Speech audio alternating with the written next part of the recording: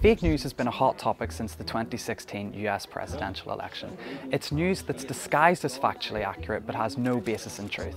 It's designed to mislead you or change your opinion. Fake news thrives on social media. Stories can be shared and commented on without any checks or balances. And if you don't have a settled opinion, it's easy to be duped. But there is a skill that you can use to sort the facts from the lies. Critical thinking.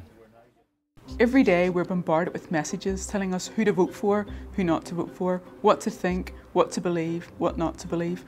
Critical thinking helps us ask questions of that in order to find out where is the evidence to support these particular claims. What we know at any given time may be only part of the picture. Who has provided the evidence, how reliable is that evidence, and what else might there be that we're not being told. We can grow up in a very segregated way where we don't hear a lot of other opinions, so I think it's very important to challenge the ideas you grow up in, to see if those are what you really believe and to really learn to think for yourself. Being a critical thinker is not necessarily about rejecting established norms, values or beliefs, but rather about asking questions of those things that are often taken for granted. Our own identities, our experiences and the chances that we've had in life impact how we understand and look at the world. And therefore, the views, experiences and opinions of other people will impact on how they see the world and how they make sense of the world. In Northern Ireland, we can make assumptions about others based on what part of the town they're from, or even what their name is. It has been that way for years, but many people are challenging this. I come from a Protestant household and I attended a Protestant state school, so by default you were a unionist. I'm originally from West Belfast, from the Falls Road. Today I work for the SDLP, Social Democratic and Labour Party. I am now an Ulster Unionist councillor.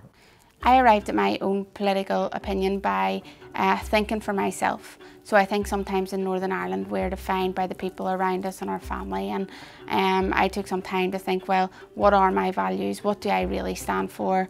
So at the beginning I would have been along with everybody else in the area. Yep, United Ireland, yes, I believe that we live in Ireland, that's my flag.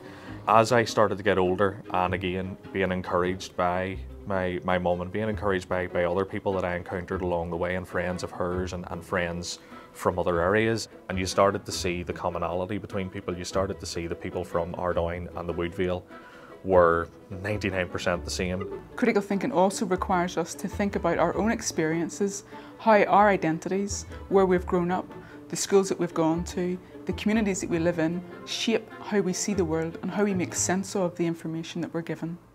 People are challenging the status quo in all areas of society.